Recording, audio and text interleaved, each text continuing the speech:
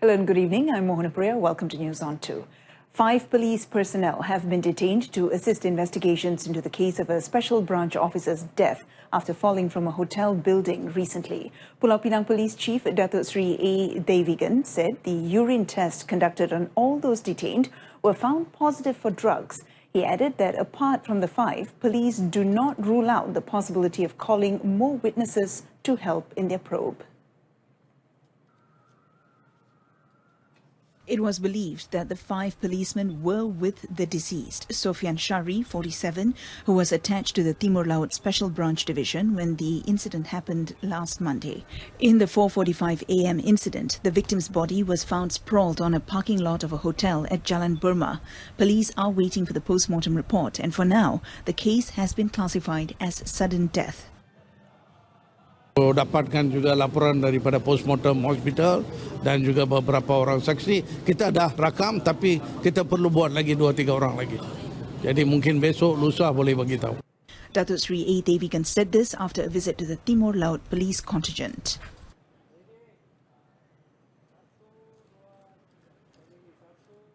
A digital portal will be set up under a joint venture among Radio Television Malaysia (RTM), the Malaysian National News Agency Bernama, and the Information Department to tackle the challenges of the digital media. Announcing this today, Communications and Multimedia Minister Gobind Singh Deo said the media trio had the manpower and infrastructure which can be upgraded with new technology, enabling all 3 agencies to compete with existing digital media.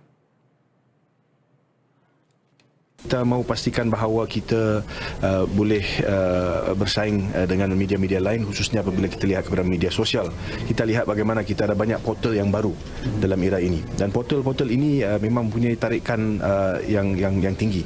Ini adalah kerana portal-portal itu boleh membawa apa yang disebut sebagai breaking news kepada rakyat dengan begitu pantas. Saya lihat kita ada RTM, kita ada Bernama, kita ada penerangan, maka kita ada tenaga dan kita ada semua infrastruktur. Gobind said there were also plans to form a RTM Bernama digital portal in the near future. He said an announcement would possibly be made on the matter by the first quarter of next year. The Puchong Member of Parliament said this to reporters during a work visit to the Johor Broadcasting Department.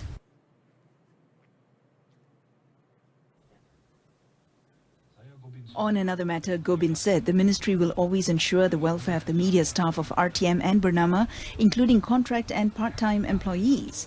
He said this includes looking at facilities such as insurance and subscription of the Social Security Organisation SOCSO and the Employees Provident Fund EPF, as these staff are vulnerable to risks when they are on duty in the field.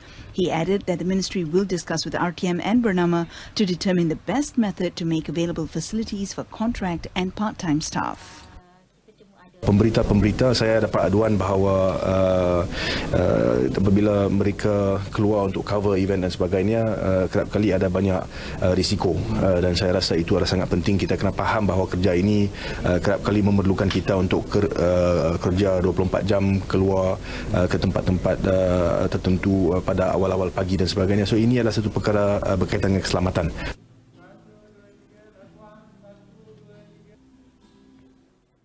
The bill to abolish the death penalty is expected to be tabled in the next Parliament sitting in March next year. When met by reporters at the Parliament lobby today, Minister in the Prime Minister's Department, Datuk Liew Vui Keong, said his department has prepared legal documents to be presented to the Cabinet before the motion is tabled in the Dewan Rakyat.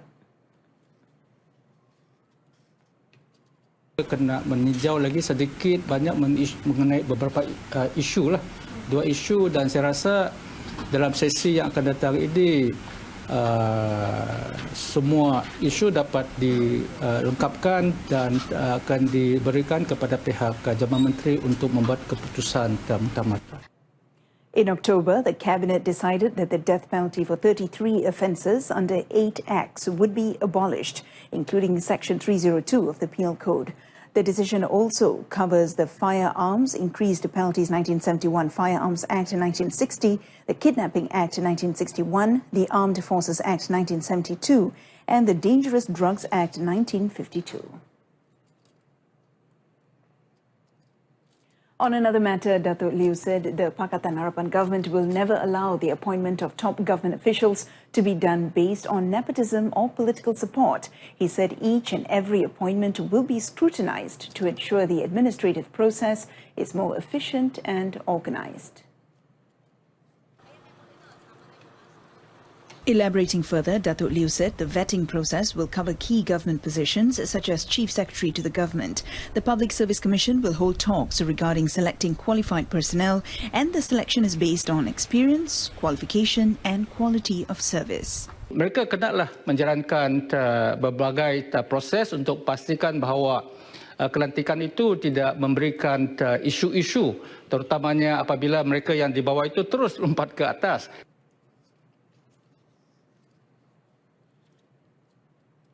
Meanwhile, Datuk Liu said the transfer of several departments to other ministries has been implemented after talks were held with Chief Secretary to the government. He said this is among the institutional reforms carried out by the government to enhance the efficiency of administrative services in line with the Pakatan Harapan's manifesto during the 9th May general election. Pentadbiran daripada segi reformasi telah pun dijalankan sejak bulan Mei ini untuk memastikan bahawa pelaksanaan agensi-agensi di bawah pentadbiran JPM terutamanya dapat dijalankan dengan lancar. Jadi satu pendekatan telah pun dibuat daripada pihak JPM bersama-sama dengan semua anggota-anggota terutamanya daripada pihak KSN untuk memastikan bahawa agensi-agensi berkenaan yang telah pun dimasukkan oleh pihak yang berhormat tadi dapat dijalankan dengan lancar. Speaking in Parliament today, Datuk Liu said a proposal can be submitted to the government if the running of a department under a new ministry is deemed unsuitable. On 26th November, Prime Minister Tun Dr. Mahathir Mohamad announced a full report on damage control being exercised by the Pakatan Harapan since taking over the administration of the country, which will be released next year. The report will detail the measures taken by the government to address the problems left behind by the previous government.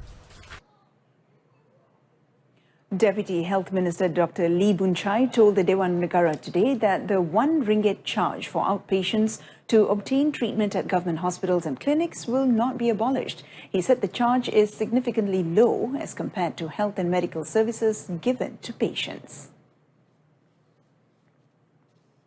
Cas tersebut tidak pernah dikemaskini sejak tahun 1982 dan merupakan charge yang sangat rendah. Charge RM1 tersebut merangkumi charge pendaftaran, perundingan, ubat dan siasatan termasuk X-ray dan ujian makmal.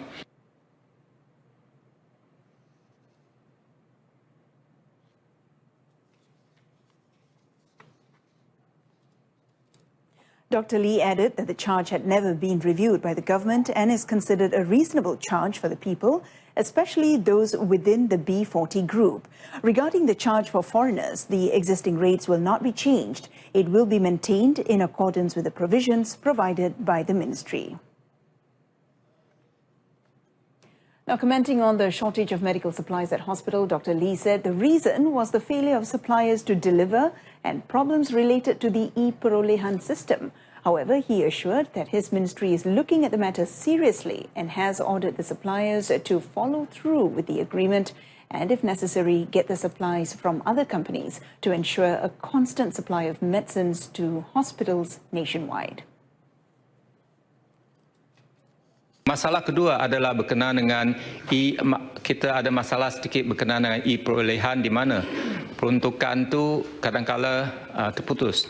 Jadi kerajaan hospital-hospital berkenaan terpaksa kurangkan bekalan ubat daripada 1 bulan ke singkatkan supaya jadi 2 minggu ataupun 1 minggu. Termasuk juga hospital besar kecil. In his reply to a question from Senator Dr. Zaidi Suhaili, Dr. Lee also said that the Health Ministry will also ensure that all medicines supplied to hospitals are of quality and follow the standards set. Now, a total of 289 million ringgit has been allocated for the Supplementary Food Programme, or RMT, next year for school children from hardcore poor families. Deputy Education Minister Teo Nee Cheng said 250 million ringgit will be used to provide 2 ringgit 50 cent worth of food to pupils in the peninsula, while 3 ringgit would be for those in Sabah, Sarawak and Labuan for 190 days, which is the minimum number of school days. Baki kita masih ada 39 juta ringgit itu akan digunakan untuklah membekalkan susu ataupun makanan lain untuklah murid-murid kita daripada golongan miskin Tegal juga. Program susu yang dulu dilancarkan adalah melalui rundingan terus yang melibatkan untuk 2 tahun sahaja, melibatkan satu bajet yang sebanyak 126 juta ringgit. Tetapi rancangan KPM sekarang adalah tak ada lagi rundingan terus, dan kita rasa ini adalah satu jumlah yang cukup besar, walaupun untuk tahun depan hanya 39 juta, tetapi kita rasa itu juga merupakan satu jumlah yang cukup besar. Jadi kita akan buat denganlah cara tender terbuka. Speaking at the Parliament, Teo said that in 2018, a total of 489,117 students in 7,316 schools throughout the country received the RMT. She also said the ministry is always working to improve education and health among students, and in connection to this, various aids are being provided, including RMT. Deputy Yang di-Pertuan Agong Sultan Nazrin Shah today presented instruments of appointment to 7 Malaysian envoys assigned to Malaysian missions abroad at the Istana Negara in Kuala Lumpur. They are Datuk Kennedy Jawan, the Foreign Ministry Deputy Secretary General of Multilateral Affairs, who will be the ambassador to Japan; Datuk Muhammad Ashri Muda, the Foreign Ministry Chief of Protocol, who will be the ambassador to South Korea; Dato' Azmil Mohammad Zabidi, Director General of the Southeast Asia Regional Center for Counter-Terrorism, who will be the ambassador to the United States; Ismail Salam, the Foreign Ministry Under-Secretary for the European Division, who will be the High Commissioner to Brunei Darussalam; Nur Ashikin Mohammad Taib, the High Commissioner to Bangladesh, who will be the ambassador to Sweden; Edlin Hussaini Mohammad Hashim, the Foreign Ministry Under-Secretary for the Southeast Asian Division, who will be ambassador to Cambodia; and John K. Samuel, the Foreign Ministry Under-Secretary for the Human Rights and Humanitarian Affairs Division, who will be the ambassador to Finland. At the same function, 3 foreign envoys presented their letters of credentials to Sultan Nazrin Shah, who is performing the functions of the Yang di-Pertuan Agong until the end of this year. They are the Ambassador of Spain, Jose Miguel Corvinus Lafuente, Ambassador of Senegal, Fatou Daniel Diagne, and Ambassador of Lithuania, Geriminas Varbuolis. A saleswoman pleaded not guilty at the Aikro Magistrates Court on the charge of dumping a 6-month-old male fetus and burying it outside a house in Kampung Padang, Melaka at around 4 p.m. on 19th November. The accused, Siti Nur Amira Abdullah Amiran, 25, made her plea in front of Magistrate Lee Kim Kiat. If convicted, Siti Nur Amira faces a 2-year jail sentence or fine or both under Section 318 of the Penal Code. Earlier, Deputy Public Prosecutor Intan Liana Zainal Abidin requested for a bail of 8,000 ringgit with 1 surety, but the accused pleaded for a lower bail, citing her job as a salesperson and having to take care of 4 small children while her husband is unemployed. The court decided to allow the accused to be set a bail of 1,800 ringgit with 1 surety. 15 February 2019 has been set for case remention. A teenage boy who was waiting for his Sijil Pelajaran Malaysia SPM results today pleaded not guilty at the Kampar Magistrates Court to a charge of having sex with an underage girl last year. The 17-year-old made the plea when the charge was read out to him before Magistrate Nur Faizah Muhammad Saleh. The teenager was alleged to have committed the offence with the 16-year-old victim on 20th August 2017 at Batu Bersungkai Kampar waterfall. For the offence, the teen was charged under Section 376 of the Penal Code, which carries jail time of up to 20 years and whipping.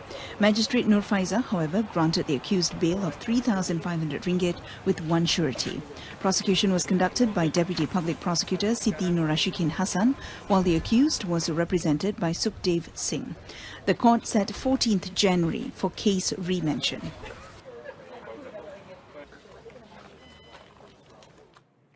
A mentally challenged man was today charged at the Tampin Magistrates Court in Negeri Sembilan for making a bomb threat call to the Tampin Hospital last Friday. No plea was recorded from Muhammad Yusnaidi Muhammad Yunus, 34, after the charge was read out by the court interpreter before Magistrate Tan Chai Wei. According to the charge, Muhammad Yusnaidi allegedly made the anonymous call to Nur Zunaini Jamaluddin, 38, at the Tampin Hospital at 5:50 a.m. on 14th December. He was charged under Section 507 of the Penal Code, which provides for a jail term of up to 2 years, a fine, or both upon conviction. Deputy Public Prosecutor Muhammad Fuad Ramlan submitted a psychiatric patient report from the Tuanku Jaafar Hospital in Seremban and requested the court to refer Muhammad Yusnaidi to the hospital to get a medical report. Magistrate Tan further ordered the accused to be sent to the Permai Hospital in Johor Bahru for observation under Section 342 of the Criminal Procedure Code and set to 24th January for the submission of the medical report. In the incident last Friday, a bomb threat call from an unidentified man alarmed the 120 patients and 50 staff at the Tampin Hospital. A team from the Tampin Police Headquarters Dog Unit K9 and a bomb detection unit from Negeri Sembilan Police Headquarters conducted a check at the hospital but found no suspicious objects. A total of 105 million ringgit has been allocated under Budget 2019 specifically to implement the high prestige sports development agenda. The amount is 3 million ringgit more than the previous year's budget. According to Deputy Youth and Sports Minister Stephen Sim Chi Keong, the reason for the increase was to facilitate preparations as part of efforts to win Malaysia's first gold medal in the Tokyo 2020 Olympics. Bagi persiapan ke arah Tamasya Sukan Olimpik 2020, tumpuan akan diberikan kepada atlet dan sukan yang dilihat mampu menyumbang pingat kepada negara. Proses kelayakan bagi sukan-sukan yang lain akan diteruskan sehingga 2020 di mana bantuan bagi persiapan dan penyertaan kejohanan kelayakan akan turut disediakan melalui penambahbaikan yang telah diputuskan bersama pemegang taruh seperti Majlis Olimpik Malaysia dan persatuan-persatuan sukan kebangsaan masing-masing. Elaborating further, Stephen said allocations for sports associations in the country had also been increased to 28.5 million ringgit. He, however, urged these associations to seek out potential sponsorships from corporate bodies and the private sector to help in the development of sports in the country and reduce over-dependence on government assistance. And that concludes this evening's News on 2.